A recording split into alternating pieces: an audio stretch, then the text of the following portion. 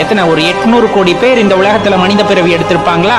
அந்த மனித பிறவி எடுத்த 800 கோடி பேத்துல எத்தனை பேத்துக்கு இறைவனின் மீது நாட்டம் இருந்தது? அப்படியே இறைவனின் மீது நாட்டம் இருந்தாலும் எத்தனை பேருக்கு சிவத்தின் மீது நாட்டம் இருந்தது? அந்த சிவத்தின் மீது நாட்டம் வருவது என்பது அவ்வளவு சாதாரண விஷயம் அல்ல.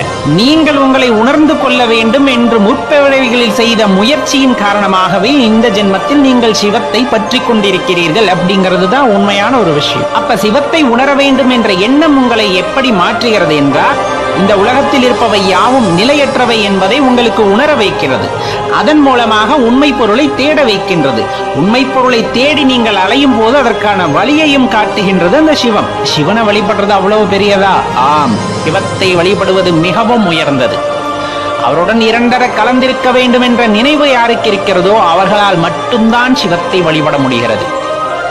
மாறாக அந்த எண்ணம் இல்லாதவர்கள் சாதாரண மனிதர்களாகவே அந்த இழி நிலையிலே தொடர்ந்து இருக்கிறார்கள்.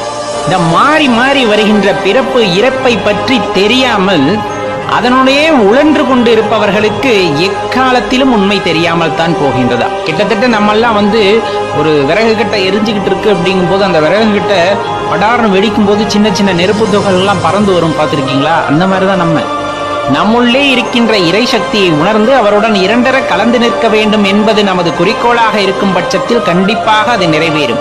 இந்த மாயையான